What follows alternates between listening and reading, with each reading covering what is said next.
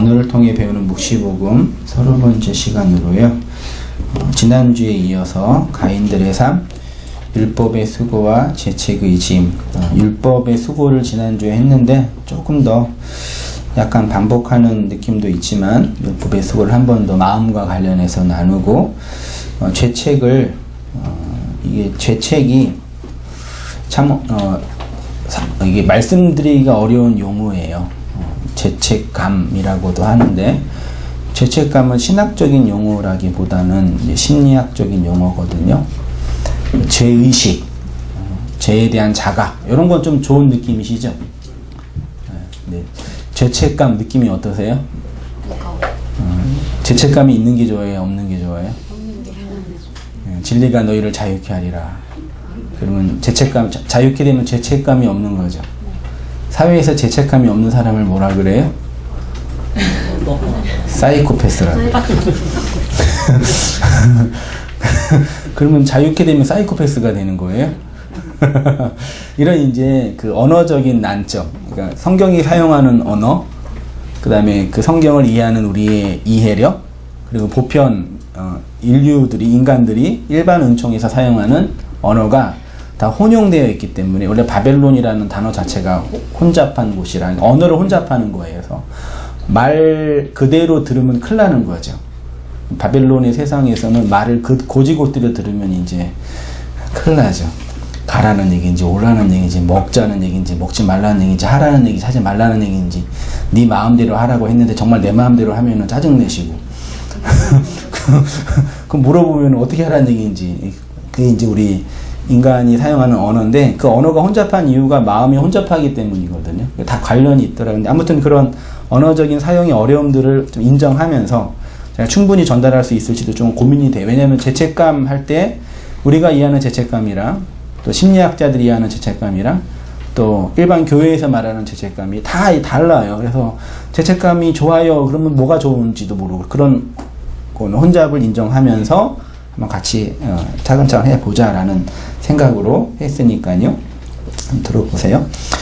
지난주에 이제 그 12절이죠. 내가 밭을 갈아도 땅이 다시는 그 효력을 내게 주지 아니할 것이요. 너는 땅에서 피하여 유리하는 자가 되라 그랬죠. 아벨의 죽음.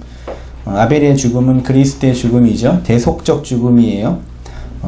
죽음이 뭔지 모르는 가인이 그 무지로 말미암아, 그러니까 아벨을 죽인 그 행동 자체가 문제가 아니라 아벨의 죽음의 내용이 뭔지 모르는 그 무지, 살인하지 말라는 성경의 그 계명이 살인하지 않으면 안 된다는 그 계명으로 받아들이는 게 그걸 오해하는 거죠. 살인하지 말라는 의미가 뭔지를 모르는 그 무지로 말미암아 가인이 짊어지는 짐이 두 가지가 있는데 첫째가 율법의 수고이고 둘째가 죄의 짐이다. 율법의 수고라 함은 이 아래의 세상에서 율법의 세상에서 힘을 다하여 수고는 하지만 하늘 열매, 야샤프의 은혜죠. 양식, 안식하게 하는 그 양식을 먹지 못하여 땅에서 유리하고 방황하는 자. 그러니까 진리를 알면 자유가 주어지고 자유라 함은 어떤 지적인 충만함이 아니라 먹을 것이 충족한 그 상태, 양식을 먹는 그 상태가 자유라고 저희가 정의 드렸어요. 그러니까 양식이 없으면 유리하고 방황하는 거고요.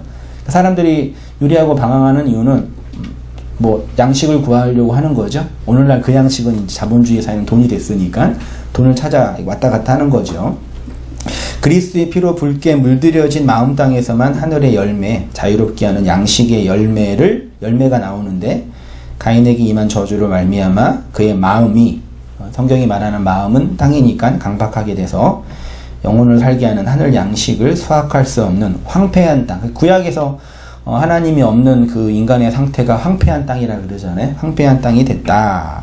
그게 율법의 수고로 말미암아 아무리 밭을 갈아도 그 땅이 효력, 야샤프의 은혜가 나오지 않는다. 그래서 어쩔 수 없이 유리하고 방황한다 그랬습니다. 그래서 결론은 그의 마음, 가인의 마음이 황폐하게 됐다. 이 얘기 드리고 싶은 거라서 그 마음의 문제를 한번 잠깐 생각해 볼게요.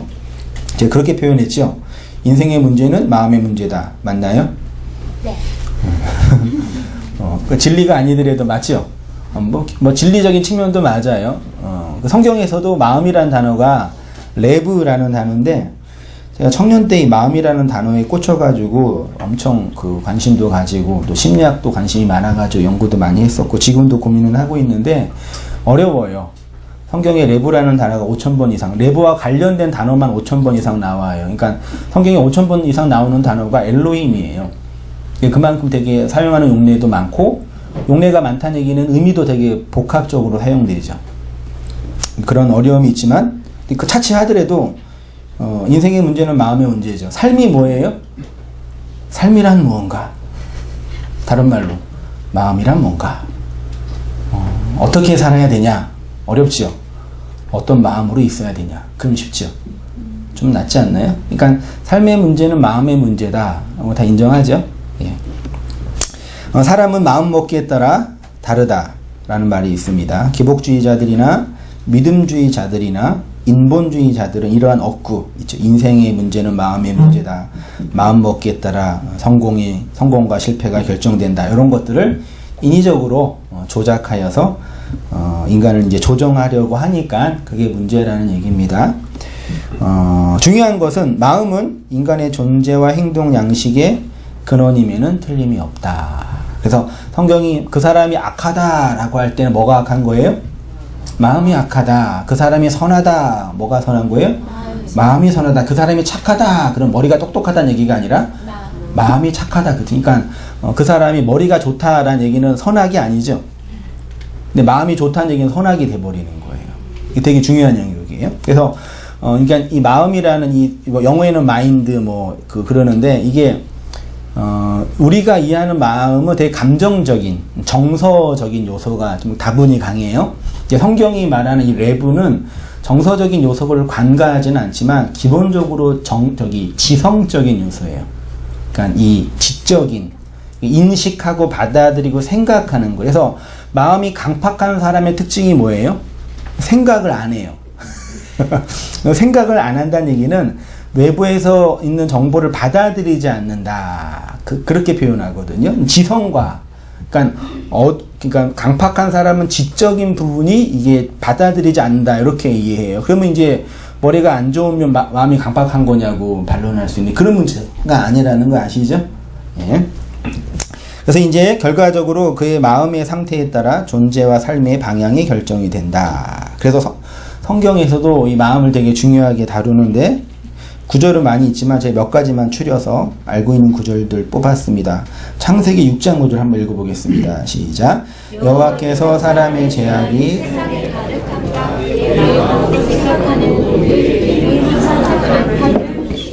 예, 마음으로 뭐예요? 생각한대요. 네, 그게 이제 악하대요. 그래서 홍수 심판 내리신 거라고 표현하고 있죠. 신명기는 제가 읽어보겠습니다. 내 하나님 여호와께서 이 40년 동안에 내게 광야길을 걷게 하신 것을 기억하라. 이는 너를 낮추시며 너를 시험하사 내 마음이 어떠한지를 알게 하려고 뭐 했다고요? 광야길을 걷게 했다. 네 마음이 하나님 말씀 지키는지 안 지키는지 확인하려고 광야길을 걷게 했다. 출애굽기에 제가 볼게요. 여호와의 말씀을 어디에요? 마음에 두지 아니하는 사람은 나쁜 놈이다. 이렇게 표현하고 있어요. 그래서 대표적인 사람으로 바로의 마음이 완악하여져서 이스라엘 자손을 내보내지 아니하였다. 이렇게 표현하고 있죠. 말씀은 어디에 두는 거예요? 머리에 두는 게 아니라 삶에 두는 게 아니라 마음에 두는 거라고. 이게 되게 중요한 그 용어죠. 우리의 삶에 말씀을 두는 게 아니라 삶의 실체에 두는 게 아니라 마음에 두는 거예요. 그래서 제가 마음은 삶이다 표현하는 게 그런 뜻이에요. 마음은 그의 존재다. 근데 참 어려워요. 마음이 어디에 있어요? 그건 이제 저기 의학자들이 말하는 거 뇌에 있다고 그러죠. 현대의학은 뇌가 마음이라고 생각해서 뇌를 연구하면 마음이 어느 정도 의학적인 게 있어요. 우울할 때 약 먹으면 뇌 호르몬이나 뭐 이런 게 이제 바뀌어가지고 기분이 좋아지거든요. 그게 약물 효과는 뇌니까 그런 것도 있긴 있는데 그러면 이제 기계니까 인간이 기독교랑은 용납이 안 되죠. 심장 옆에 마음이 있나요? 없어요 그러면요? 있죠. 근데 어디 있다라는 부분이 아니죠. 참 그게 이제 형이상학적인 개념이에요. 근데 마음은 있어요. 근데 그 마음에 뭘 둔대요?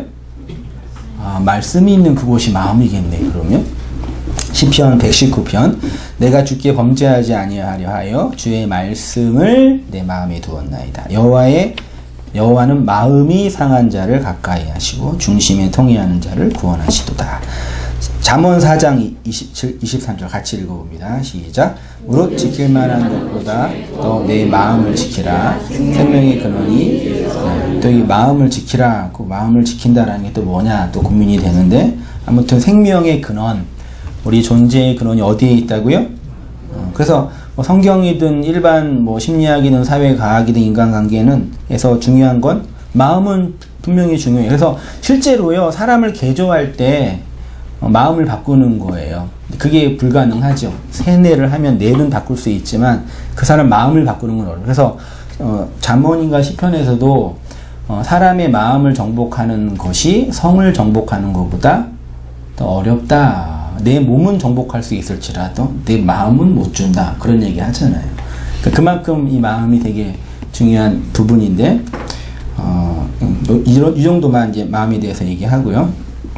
그게 한 이유가 이거예요. 인간의 마음에 대한 연구는 그 분량과 내용이 워낙 방대하여서 쉽게 결론낼 수는 없지만 중요한 것은 가인의 마음은 하늘 양식을 수확할 수 있는 땅이 아니라는 거였죠. 결국 성경의 이야기는 가인의 마음 땅, 황폐한 땅이 하나님이 그리스도의 피로 붉게 물들여져서 그리스도의 마음 땅으로 회복하시는 과정인 거는 분명하죠. 그래서 우리가 정확한 지점과 내용에 대해서 구체적으로 설명할 수는 없지만 하나님이 내 마음을 새롭게 하셔서 하나님의 생명이 깃들여지는 씨가 심기어지는 그 마음이 된 거죠. 할렐루야. 아니신 거예요? 여전히 황폐하세요? 그 어떤 경험과 지점이 우리 안에 있는 거죠. 이런 질문을 해보겠습니다. 인간의 마음이 중요합니까? 하나님의 진리가 중요합니까? 제가 이렇게 묻는 의도는 진리는 우리 안에 있어요? 밖에 있어요? 원천적으로. 맞나요? 자꾸 어떤 분은 안에 있다고 그래가지고 아니 내 안에 진리가 있고 내 안이 아버지의 집인데 왜 밖에서 들어오냐고. 물론 그분이 지금 진리가 됐으니까 안에 있다고 했지만 태어날 때부터 안에 있었어요? 그럼 들을 필요도 없고 배울 필요도 없지요. 그냥 점수하여서 팍 깨달아가지고 진리가 되면 되잖아요. 그걸 범신론이라고 하는 거예요. 근데 기독교인들이라고 하는 분들이 그렇게 진리를 이해하는 분들이 있어요. 진리는 우리 게 아니지요. 우리가 소유할 수도 없고 우리의 것으로 붙잡을 수도 없어요. 진리가 우리를 붙잡는 거죠. 진리에 의해 장악당하는 거고요. 그러니까 진리와 마음은 구분돼요. 근데 뭘 말씀드리고 싶냐면 진리를 인식하는 인식기관이 뭐냐? 마음이다. 이 말씀드리고 싶은 거예요. 인간의 마음은 그 진리를 받아들이는 인식장치라고 할 수 있겠습니다. 어떤 사람들은 마음이 진리라고 하기도 하지만 그러면 범신론이 됩니다. 인간의 마음과 하나님의 진리는 구별되고 구분됩니다. 그러나 우리 역사 속에서 이 두 가지는 매우 밀접한 관계가 있죠. 아무튼 인간의 마음이 중요한 이유는 하나님의 진리를 받고 해석하는 인식장치이다. 그래서 마음이 삐뚤어져 있는 사람은 무엇을 보든 삐뚤어 보게 되죠.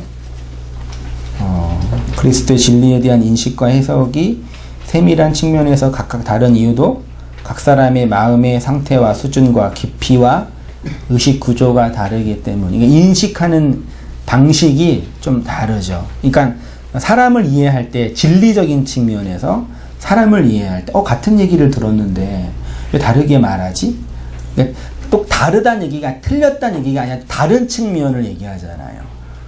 우리가 어떤 사물을 보더라도 진짜 달라요. 그러니까 이렇게 말씀을 나눌 때도 이렇게 제가 물론 이제 설교자고 제가 원고를 가지고 말하고 싶은 의도가 있으니까 어떤 핵심적인 의도가 있잖아요. 주제가. 근데 그게 아니더라도 설교를 듣는 성도님들의 얘기를 들어보면은 틀린 건 아닌데 새로운 관점에서의 어떤 그 적용과 해석과 받아들임이 있어요. 그러니까 말은 저도 보지 못했던 거, 저도 생각하지 못했던 관점에서의 어떤 이해, 그게 뭐 나는 옳고 저 사람은 틀렸고, 나는 얕고 저 사람은 깊고, 그렇게 볼 필요 없어요.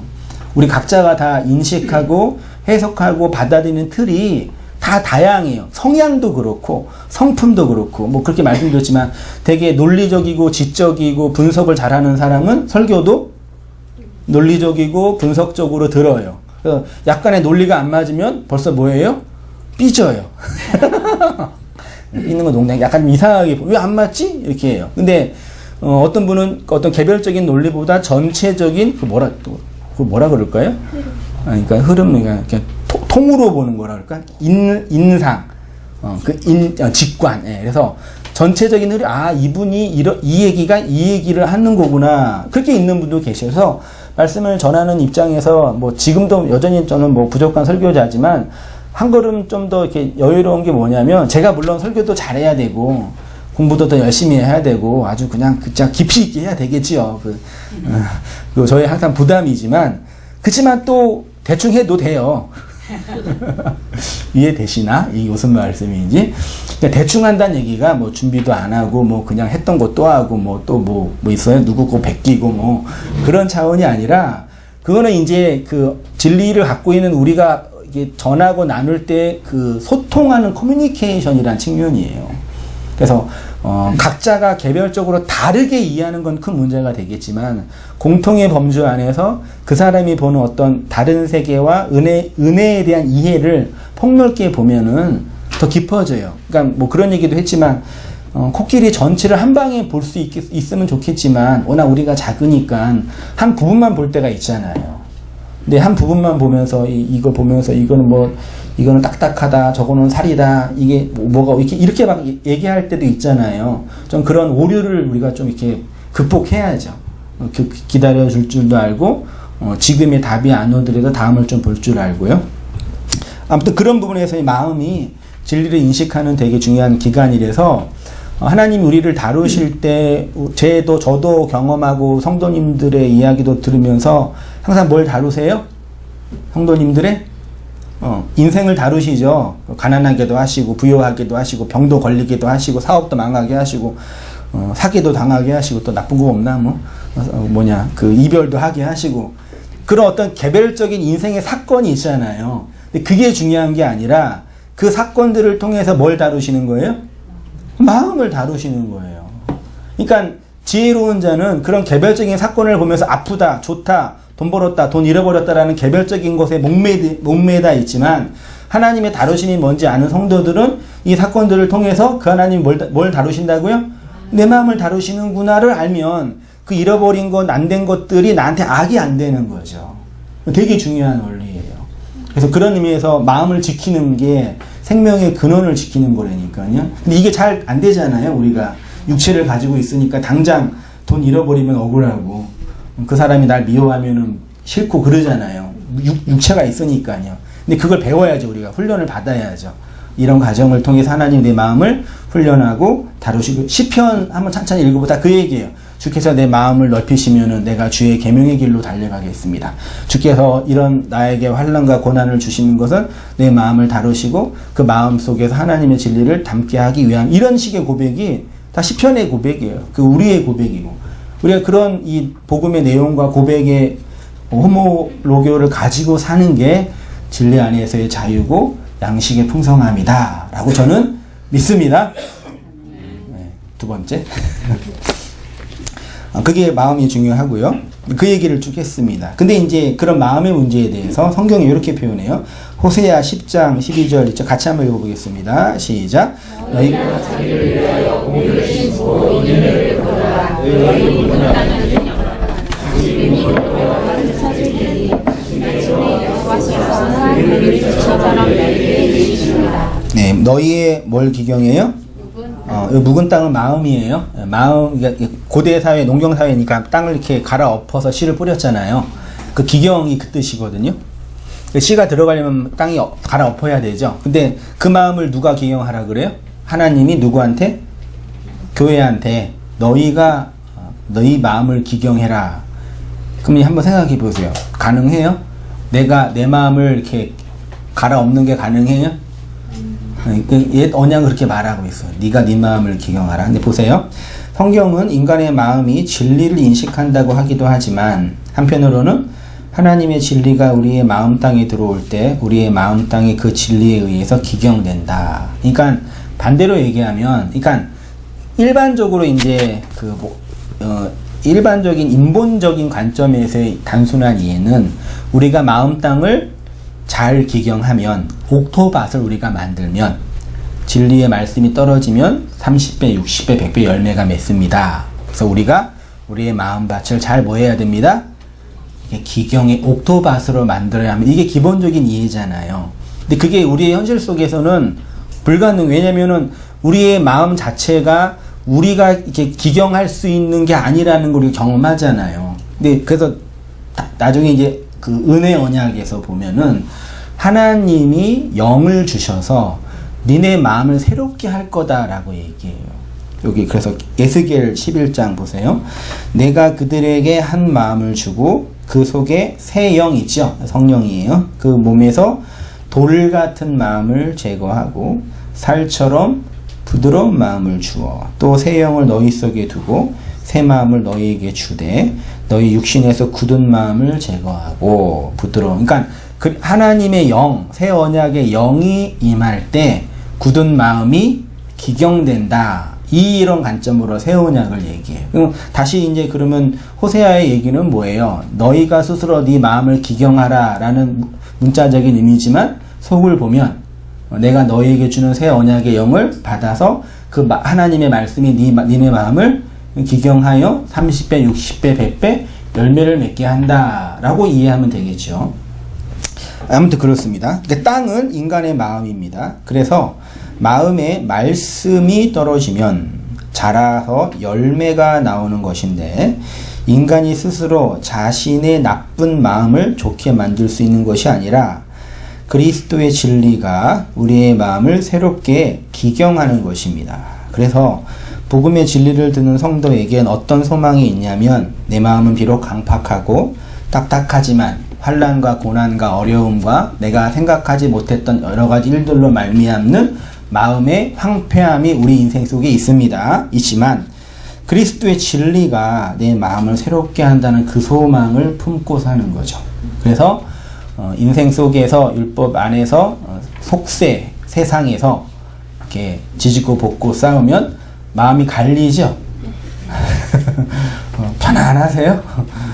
돈 벌 때, 사업할 때, 뭐 잘 될 때는 기분 좋지만 안 되거나 힘들 때 갈리잖아요. 그래서 계속 그렇게 되면 나도 모르는 사이에 마음이 어떻게 돼요?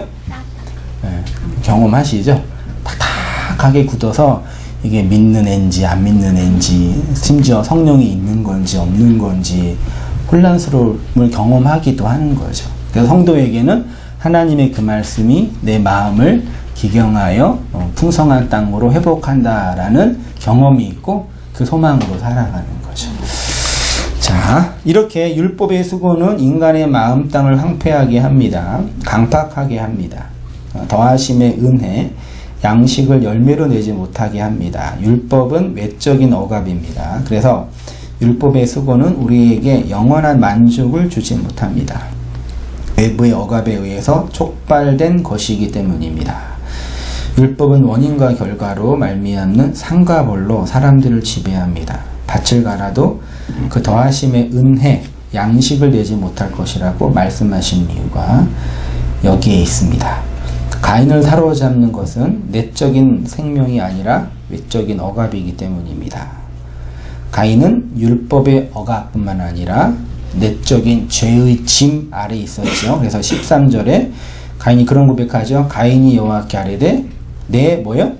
죄벌. 여기 죄벌이 아온이라는 단어인데, 그러니까 성경 구약 성경만 보더라도 히브리어 사전만 보더라도요. 그 죄를 그 성구 사전이랑 원어 사전에 치면 죄와 관련된 단어. 여러분이 헬라어에서 알고 있는 죄는 뭐예요? 흔히 한마르티아죠. 근데 그게 하나만 있는 게 아니라요. 헬라어도 한 대여섯 개 돼요. 죄, 우리나라 말도 죄악, 죄책, 그 악, 뭐 이렇게 있잖아요. 그 히브리어도 이 죄라는 단어가 10개, 제가 찾아봐 본 것만 하더라도 10개 이상이 돼요. 그래서 이 죄로는, 그 진짜 양이나 내용이 그 마음처럼 그러니까 저희가 성경을 이렇게 보더라도요, 그러니까 성경이 신론에 대한 설명보다는 인간론에 대한 설명이 더 풍성해요. 인죄론, 인간의 악, 인간의 죄, 폐역, 이런 걸 더 풍성히 설명하는데, 이상하게 2000년의 교회 역사는 인간론에 대한 진술보다는 신론에 대한 진술이 더 풍성해요. 삼위일체론, 성경에도 있지 않는 용어라고 하지만 성부 하나님, 성자 예수님, 성령 하나님의 역사. 근데 사실 성경은 그런 하나님에 대한 그 어떤 이 표괄적인 언어보다는 인간의 그 내면, 관계에서 일어나는 다툼, 죄의 실체, 뭐 이런 것들에 대한 언어가 되게 더 많이 있어요. 어떤 의미에서 성경을 읽다 보면은, 열심히 읽으면은, 한편으로 보면은 이게 하나님이 살아 계시는 건지 안 살아 계시는 건지 혼란스러울 정도로 매우 인간적인 언어예요. 그러니까 어떤 의미에서 신학자들이나 목회자들이 성경 해석에 있어서 이런 인간에 대한 이해가 이렇게 약한 상태에서 읽게 되는 이유가 그런, 교회 역사가 해놓은 어떤 해석적 틀에 이렇게 좀 이렇게 왜곡이라는 편견이 있어가지고 인간의 어떤 자체에 대한 이야기를 많이 이렇게 안 보죠. 예를 들어서 뭐 지금도 양성, 그다음에 어저께도 인천에서 퀴어 축제 때문에 싸우고 난리 법적하고 있잖아요. 그래서 기독교는 그거는 나쁜 짓이다, 그러면 안 된다, 이렇게. 근데 성경은 그렇게만 말하지 않고, 그거 내가 동의한다는 얘기가 아니라요, 더 폭넓게 인간을 이해한다니까요. 사실은요, 설교 기간에 개인적인 그냥 얘기를 했는데, 아무튼 근데 이 죄의 벌이에요. 이 죄를 그래서 이제 잠깐만 보면, 가인이 받은 형벌의 두 번째 측면은 죄의 짐, 죄벌이 지기가, 죄의 짐을 지기가, 이렇게 번역했어요. 제가 성경이 말하는 죄를 교회 역사는 크게 두 가지로 번역을 했더라고요.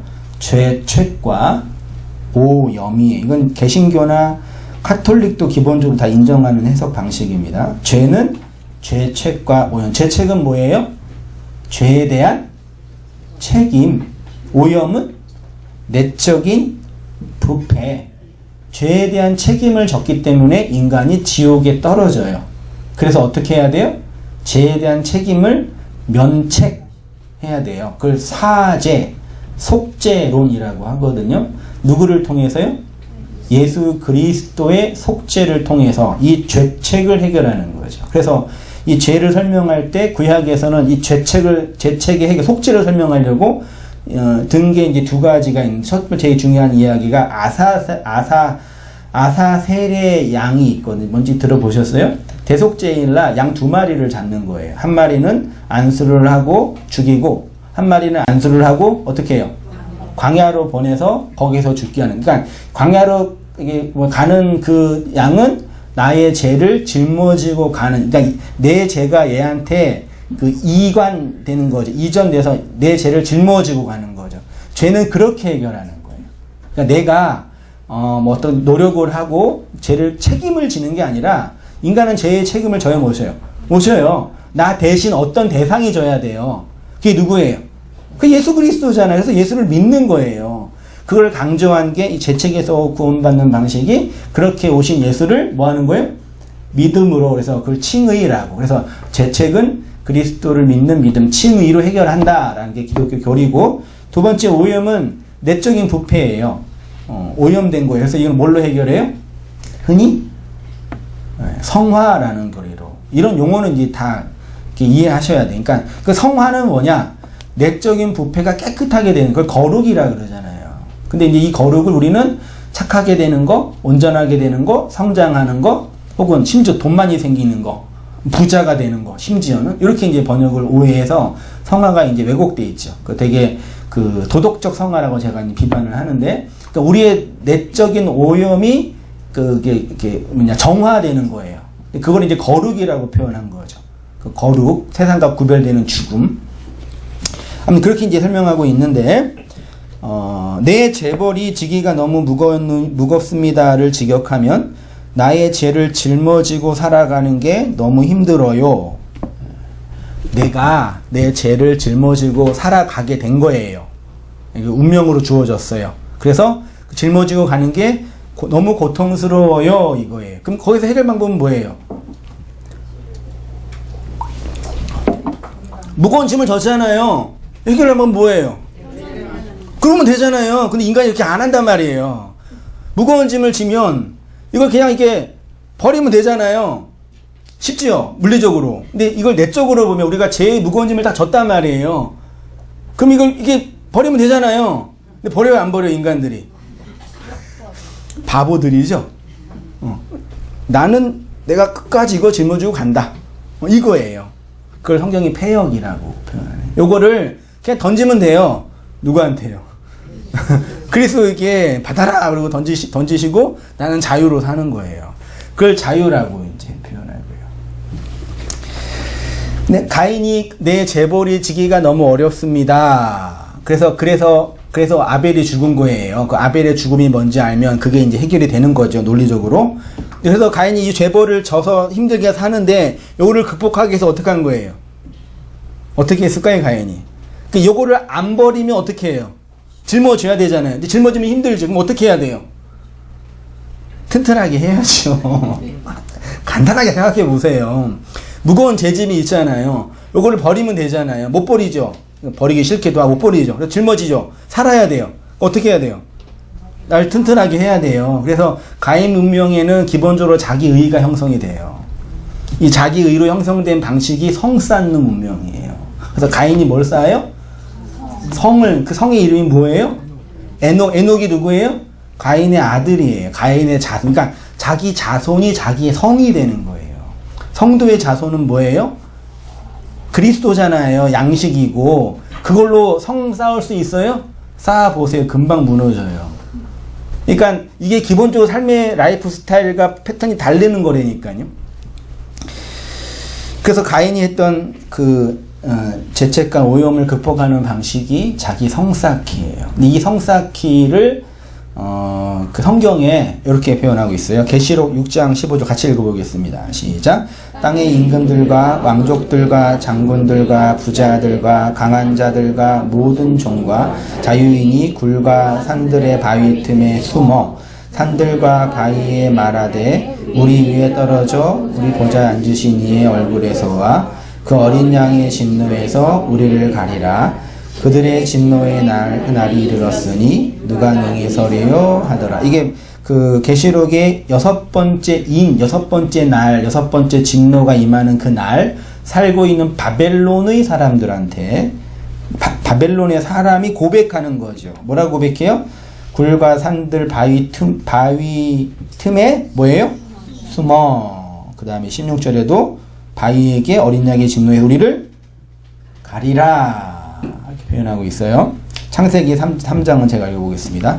이에 그들의 눈이 밝아져 자기들이 벗은 줄을 알고 무화과 나무 잎을 엮어 치마로 삼았더라. 그들이 그날 바람이 불 때 동산에 거니시는 여호와 하나님의 소리를 듣고 아담과 그의 아내가 여호와 하나님의 낯을 피하여 동산 나무 사이에 숨은지라. 뭐 했어요? 어디에요? 선악과 나무 뒤에 숨었어요. 여호와 하나님이 아담을 부르시며 그에게 이르시되 내가 어디 있느냐? 이르시되 내가 동산에서 하나님의 소리를 듣고 내가 벗었으므로 수치심이에요. 두려워하여 숨었다. 그러니까 바벨론이나 아담과 하는 뭐예요? 숨었죠. 근데 가인은 어디에 숨었어요? 가인 성에 숨은 거예요. 그러니까 성 쌓는 건 나를 보호하는 장치예요. 이렇게 숨은 거예요. 그러니까 내용적으로 보면요. 그러니까 심리적으로 모든 인간에는 자기 성이 다 있지요. 자기를 보호하는 방식의 심리적 성이 다 있어요. 그게 나쁘다 옳다의 문제가 아니라 그거 없으면 생채기처럼 상처를 받아요. 그래서 상처를 잘 받는 사람들의 그 삶의 태도는 되게 방어적이거든요. 방어적이라는 얘기는 성을 쌓는 거예요. 왜냐하면 이렇게 사람들이 나를 쉽게 공격해서 상처를 받았으니까. 근데 이제 또 속을 들어보면 또 상처를 줘요. 자기가 받는다고 하지만 또 줘요. 자기는 모르는 거죠. 내용을 좀 볼 때는요. 가인이 죄벌이 지기가 너무 무거우니라. 이런 것은 무거운 죄에 대한 책임에 짓눌려 있는 상태입니다. 죄책이에요. 이러한 죄책을 자각하는 인간의 정서를 죄책감이라고 할게요. 근데 이 죄책감은 심리학에서 말하는 죄책감과 성경은 죄책감에 대해서 얘기할 거야, 안 할까요? 아마 제가 본문 썼지만 예수님을 만난 수많은 사람들이 있죠. 그 사람들의 기본적인 정서는 뭐예요? 가는 마다 잡힌 여자의 마음속에는 뭐가 있었어요? 용기, 사랑, 확신, 이거 있었어요? 죄책감, 수치심이 있었죠. 나병 환자, 문둥병 환자, 귀신 들린 자, 자신감, 확신, 이런 거 있었어요? 두려움, 공포, 죄책감이 있었죠. 그러니까 구약 성경에서 예수님이 회복한 사람들의 심리의 상태가 딱 가인들이 말하자면요. 이게 심리적으로 분석을 하자면요. 근데 이 그 죄책감을 심리학에서 말하는 뭐 라캉이나 프로이드가 말하는 그 죄책감이랑 또 갖다 붙이면 또 어려움이 생긴단 말이에요. 성경이 말하고 싶은 죄책감과 일반 심리학에서 말하는 죄책감은 다르거든요. 이게 어떻게 용어를 분리할 수 있을까라는 건 그를 분리한 분이 아무도 없어요. 실제적으로 뭐 그런 책도 신학적인 내용도 없어요. 그냥 성경에서는 오히려 그냥 교회에서 일반적으로 혼용하죠. 그래서 오히려 죄책감을 자극하죠. 왜 헌신 안 해? 왜 빼먹어? 왜 안 내? 그럼 마음속에 확신이 들으세요? 마음에 이게 좀 죄책감이 생기잖아요. 다 하는데 아만 안 하고 이런 게 있잖아요. 그러니까 교회에서 종교 생활을 열심히 하면 오히려 이렇게 이상한 그런 종교적 그런 둘레 억압이 생기죠. 그러니까 심리적으로 한 종교에 막 그 헌신하고 그 맹신하는 그 있잖아요. 그런 사람들의 심리를 보면 이런 특히 이제 강신교적인 이단에 이렇게 빠져 있는 분들의 그 심리를 보면 이런 심리가 꽤 있어요. 그걸 이제 극복하기 위한 사람들이 과도하게 착한 거 있잖아요. 진짜 막 상식을 초월하게 착한 분들이 있죠. 그런 분들이나 또 과도하게 막 뭐라 그럴까 이렇게 억압하거나 금욕하는 분들의 심리 안에 그런 이 죄책감이 내재되어 있거든요. 그러니까 종교 교주들, 이단의 교주들은 그걸 잘 뭐해요? 자본가들은 사람의 욕망을 잘 이용해서 돈을 모으는 것처럼 종교적 그런 교주들은 그런 사람의 죄책감을 잘 이용해서 네가 기도를 해야지만 네 엄마가 병 낫는다 뭐 이런 식의 또 엄마가 기도를 해야지만 자식이 회복되죠. 전도를 열심히 해야지 자식 사업이 잘 되는 거예요. 그렇잖아요. 그 자식이 사업이 안 되면 이제 엄마 마음속에 뭐가 생겨요? 내가 전도를 많이 안 해가지고 우리 자식이 사업이 안 되는 거구나. 그럼 어떻게 해야 돼요? 열심히 이제 교회 가서 이제 복음 전도해서 많은 사람을 교회 데리고 와야 돼. 실제로 그런 분 간증 들어봤어요. 제가 여기 강북에 큰 교회에 있는데 1년에 한 100분 전도하시는 권사님이 간증하시는데 그거 들어봤어요. 그러니까 교회적으로는 되게 도움이 되겠죠. 영업적으로는. 근데 그분 자체로 볼 때는 그 상태로 있는 건 끔찍한 거죠. 전도하는 행위 자체가 나쁜 게 아니라요. 이게 암암리의 타 종교는 말할 것도 없고 기독교라는 종교 틀도 그 형성이 돼요. 그래서 우리가 이게 문제는 뭐냐면 이게 서로 모르는 거예요. 목사가 열심히 교회를 섬기는데 이게 정말 진리와 하나님 말씀에도 확신 때문에 섬기는 건지 마음속에 있는 욕망이든지 혹은 죄책감이 나오는 건지를 본인도 몰라요. 또 그걸 보고 있는 성도들도 모른단 말이에요. 그러니까 갑자기 나중에 목사가 막 성공해가지고 타락하고 그럴 때 있잖아요. 말도 안 되는 일을 할 때 그때 상처 많이 받으셨잖아요. 지금은 안 받으시겠지만 그게 뭐냐면 본인도 모르는 거예요. 그 마음이 뭔지. 저도 모르고 여러분도 모르는 건데 그게 어느 순간 인간점이 딱 돼가지고 들통나는 거라니까요. 그러니까 사람은 사람의 마음을 그러니까 나는 내 마음을 잘 몰라요. 그래서 인생이 뭔지 모르는 거예요. 근데 어느 순간 어떤 환경과 여건에서 이렇게 딱 만들어져서 내 마음이 딱 들통나면은 이게 나였구나가 드러나는 거예요. 그러니까 하나님 우리를 다루실 때 이렇게 다루세요. 막 하다가 내가 막 열심히도 하고 내 욕망을 따라 막 살아가고 했는데 나중에 딱 똑 까놓고 보면은 내가 이런 인간이었구나. 이게 그 속죄소 안에 있는 만나 항아리와 쌍난 지팡이가 들통나는 것처럼 그럼 내가 들통나는 그 현실이 있단 말이에요. 그치요? 네. 네, 동의가 안 되세요? 되게 중요한 부분이에요. 어디에 있죠? 죄책감. 네. 이렇게 죄책감을 가지고 살아가는 사람들의 행동 방식은 숨거나 도망가거나 회피하거나 방어하거나 남 탓 이런 심리 상태가 있어요.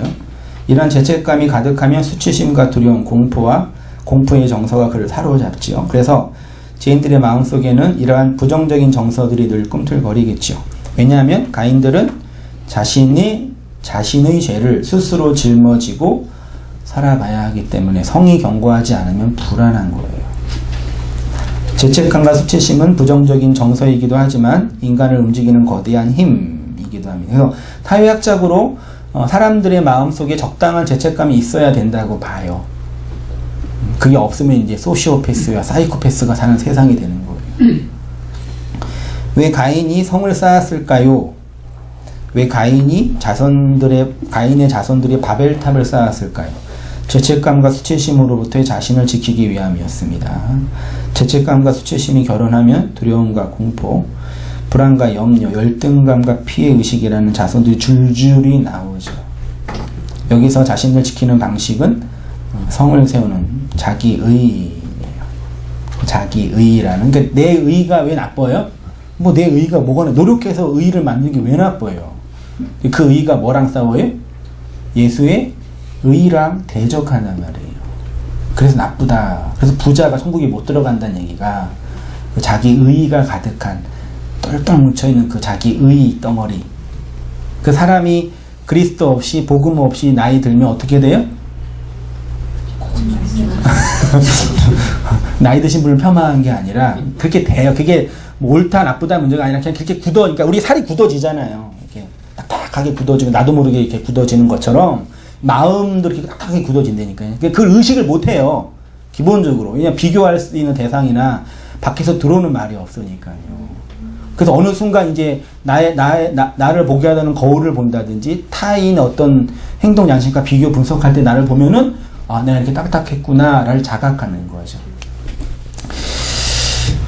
복음서에서 예수님이 주로 고쳐주신 사람들의 상태가 귀신 들린 자, 나병 환자, 중풍병자, 혈류증, 간음하는 여자 등이었는데 이러한 병에 걸려있는 사람들의 내적인 상태가 죄책감과 수치심과 두려움과 공포였습니다. 그러니까 이게 나쁘다라는 말씀이 아니라 모든 사람의 가인이에요. 우리가 말하자면 이게 다 있단 말이에요. 근데 이제 복음이 이거를 어떻게 회복하냐의 영역이 아니면 그거 없이 그냥 이 성으로 사느냐의 문제이고요. 그런데 이들이 그리스도의 자유를 얻을 수 있었던 것은 스스로 자신을 지킬 수 있는 그 성이 완전히 무너졌기 때문입니다. 내가 착하게 노력해 봤는데 난 착한 놈이 아니구나. 아무리 착하게 살려고 해도 난 착할 수가 없구나. 그걸 자각할 때 진짜 착함이 들어오는 거죠. 말하자면요. 이러한 경험은 우리가 그리스도를 만난 경험에도 모두 동일합니다. 한번 생각해 보세요. 세상과 성도가 특별히 다른 것이 있어요? 진짜 없나요? 좀 더 착하지 않으세요? 에이. 좀 더 이렇게 성공할 가능성이 있지 않나요? 주님께 기도하면은 안 돼요? 좀 더 건강할 수는 없나요? 어떻게 좀 안 될까요? 이런 측면에서 세상과 구분하면 별 차이 없죠. 그냥 사람 차이일 뿐이겠죠. 환경 차이고. 근데 분명히 다른 것이 있는데 성도의 마음은 부토코스하다. 이 부토코스는 다 알죠. 절대적 가난, 파산당한 자, 자기 성 쌓기의 해체, 와르르 무너지는 내성. 그러니까 내가 열심히 율법 안에서 열심히 쌓았는데 그게 뭐예요? 무너지는 거예요. 그러니까 그거 안 무너지면 그리스도의 말씀이 들려요, 안 들려요? 그래서 그 안 무너지는 분들은 어떻게 해야 돼요? 무너지기를 고사지내야 되죠. 근데 안 무너지면 안 들리죠. 내가 무너지게 할 수도 있는 것도 아니죠. 물론 이렇게 얘기할 수는 있고, 권면할 수는 있고, 이렇게 보살펴 줄 수는 있지만, 인간의 그 내면의 주인은 자기성이기 때문에 근데 어느 시점에 어떤 과정에 하나님의 말씀이 나를 무너뜨리는 그런 경험들이 있는 거죠. 그런 어떤 체험들이 있고 그런 내용들을 확신하게 되고 무너져서 이제 무너지면 이제 어떻게 살아요? 이제 못 사는 거예요. 자기성 없으면요. 그래서 어떻게 해요? 또 세워요. 말하자면요. 오늘의 문맥으로 하면 가인의 성이 무너진 자들입니다. 율법의 수고와 죄의심. 내가 아무리 율법적으로 수고를 해도 땅에 야샤프에 내내지 못한다. 그 율법의 수고를 이제 할 필요가 없는 거죠. 그 다음에 죄의심. 내가 스스로 죄책의 짐을 짊어지며 살아갈 수가 없다.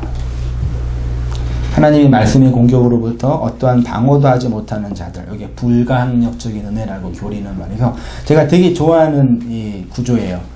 어떠한 방어 기제를 그 진리 앞에서 행하지 못하는 그 상태가 푸토코스예요. 제일 좋은 사람. 하나님, 그러니까 교회가 온땅 교회가 복음을 알고 있는 우리가 추구하고 목표로 하자라는 건 아니지만 하나님의 말씀이 우리에게 기대하는 최종적인 이 목표 지점이 여기에요. 그 진리 앞 하나님의 말씀 앞에서 어떠한 방어 기제도 발휘하지 못한 채 하나 쏟아지는 말씀을 받으면서 살아가는 영혼. 삶. 너무 이상적인가요? 저는 뭐 그거예요. 그걸 이제 이상으로 삼고 이제 저도 이렇게 살려고 노력하고 또 제 이상이 아니라 말씀이 그렇게 그 목표로 한다고요. 하나님이 이 땅에 보낸 우리들에게 목표하는 게 그거라. 그러니까 솔직히 생각해 보세요. 하나님이 정말 우리를 사랑하신다고 하잖아요. 믿으십니까? 아닌 것 같아요. 미워하시죠, 여러분? 맨날 주시는 거 안 주시고 힘들게만 하시고 그러시는 거잖아요. 걸렸어요. 근데 사랑하시잖아요. 확신하십니까? 확신 못 하시잖아요. 사랑한대잖아요. 아직 모르겠는데. 그러니까 그분이 우리를 사랑하는데, 그러면 사랑하면 뭐 줄 거 아니에요. 말하자면요. 뭘 주겠어요? 좋은 남편, 좋은 집, 뭐 이걸 주겠냐고요. 이거 주는 거예요. 뭐예요? 거역할 수 없는 하나님 아버지의 말씀. 우리 신앙 경험 속에서 하나님의 사랑을 가장 많이 받은 그 경험, 내적인 그런 정서적 경험이 이런 경험이잖아요. 내 죄가 발각되어지고 나의 아까 제가 폭로 당해서 완전히 발가벗겨져 수치심이 가득한 그 상태를 하나님이 나를 보듬어 주시고 인정해 주시는 그 내적인 경험. 그게 말하자면 하나님과 우리의 사랑의 관계, 연합의 관계예요. 그러니까 교회 성도들이 이 땅에서 목말라하고 추구해야 할 그 지점이 이거잖아요. 그러니까 우리가 정말 이렇게 하나님 말씀 인생살이, 지지고 볶는 이 돈 버는 이 인생살이에서 추구하고 배우고 얻고 싶은 욕망이 이거여야 되잖아요. 그렇죠? 그 얼마나 성도들이 되게 착하시겠어요. 그래서 우리에게만 복음이 들리는 것입니다. 우리는 가인의 성이 무너졌고 그들은 여전히 견고히 그 성을 쌓아 더 높이 올라가고 있습니다. 성도는 성이 없기 때문에 올라가지 못하고 옆으로 퍼져나가는 것이죠. 표현이 그거예요. 땅끝까지 이르러 그리스도의 복음을 전한다. 그러니까 하나님이 주신 양식이라는 그 자유는 나를 확장하고 내 의의를 쌓을 수 있는 성의 재료가 안 돼요. 그거는 성을 쌓을 수 있는 재료가 아니라니까. 그래서 바울도 자랑할 때는 어디서 자랑을 하라 그래요? 주 안에서, 그 주 안에서 자랑하는 게 뭐 주님의 은혜 때문에 내가 돈 벌었어 이가 아니라 이 복음의 현실이 내 안에 들어와 나의 죽음을 경험케 하는 그 내용을 자랑하라는 얘기. 그거 호몰로기오라는 얘기. 그러니까 우리가 진정한 이 나눔의 자유, 나눔의 깊이는 내가 열심히 기도해서 응답받아서 이거 다 필요하겠지만 핵심은 그거예요. 이렇게 주님이 나를 말씀으로 공격하셔서 내가 어떠한 방어도 할 수 없는 그 내적인 상태를 고백하는 게 호몰로기오라니까요. 그게 이제 다양한 그 포장지로 포장이 되겠죠. 어떤 환경적인 요소로, 어떤 환경의 어떤 변화로. 그렇지만 본질은 그거예요. 그 말씀하실 때도 그 본질을 기억하고 말씀하셔야 되고, 들으실 때도 그 본질을 기억하고 들으셔야 돼요.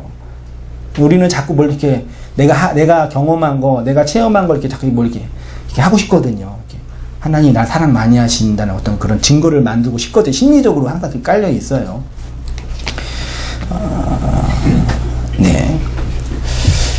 가인들은 자식의 이름으로 성을 쌓았지요. 자신의 문명을 세워갔습니다. 그러나 교회는 자식의 이름으로 성을 쌓지 못하고 세상으로 퍼져나갑니다. 왜냐하면 성도가 낳은 자식은 하나님이 마음 땅인 성도, 여자인 우리를 통해 낳은 자식은 그리스도잖아요.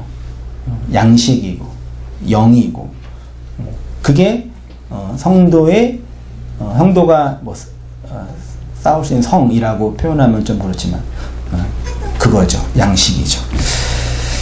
이런 유의 말씀이 스가랴서 2장 1절 이렇게 있어요. 제가 같이 한번 읽어보겠습니다. 시작. 내가 또 눈을 들어본 즉 물은즉 그가 내게 대답하되 예루살렘을 측량하여 그 너비와 길이를 보고자 하노라 라고 말할 때에 내가 말하는 천사가 나가고 다른 천사가 나와서 그를 맞이하며 너는 달려가서 그 소년에게 말하여 이르기를 예루살렘은 그 가운데 사람과 가축이 많으므로 성곽 없는 성읍이 될 것이라 하라. 여호와의 말씀에 내가 불로 둘러싼 성곽이 되며 그 가운데서 영광이 되리라.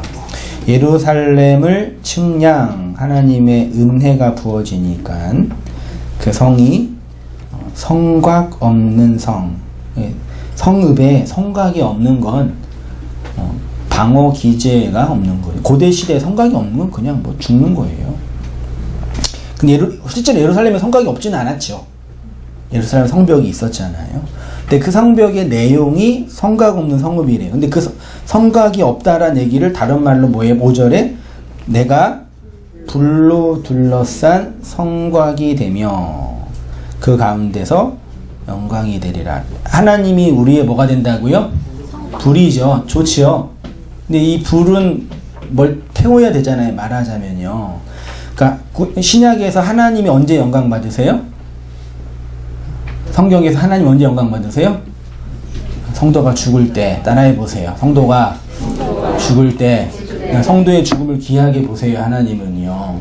그게 하나님의 영광이라고요. 그러니까 내가 불로 둘러싼 성곽이란 가인의 그 나가 죽는 그게 하나님의 영광이라. 그게 성곽이라고요.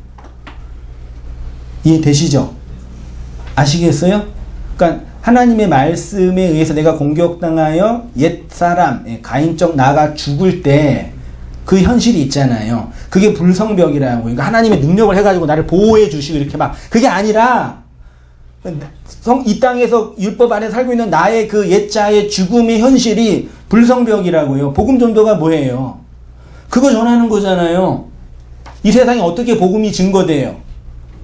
그리스도의 복음을 받은 나, 옛사람인 나가 죽어는 그 현실이 양식으로 증거되는 복음이라니까요. 그게 복음을 전하는 거잖아요. 그게 불성벽이고. 이해되시죠? 안 되세요? 또 들어보세요. 생각해 보세요.